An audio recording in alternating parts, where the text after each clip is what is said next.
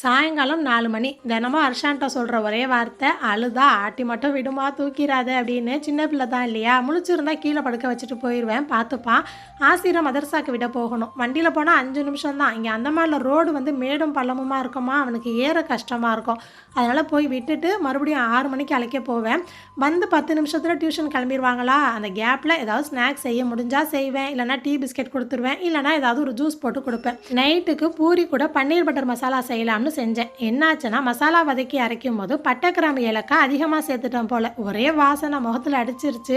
அப்புறம் ஃபஸ்ட்டு உருளைக்கிழங்கை வெட்டி போட்டேன். அது வந்து உப்பு அதிகமான செய்கிறது தான். சரி ட்ரை பண்ணலாமேன்னு செஞ்சேன், ஒர்க் அவுட் ஆகலை. இது என்னடா பன்னீருக்கு வந்த சோதனைன்னு 1/2 கப் தயிரை நல்லா பீட் பண்ணி சேர்த்தோன்னு கொஞ்சம் வாசனை கம்மியாச்சு. அதுக்கப்புறம் 1/2 முடி லெமன் சேர்த்தனா இன்னும் கொஞ்சம் கம்மியாயிருச்சு.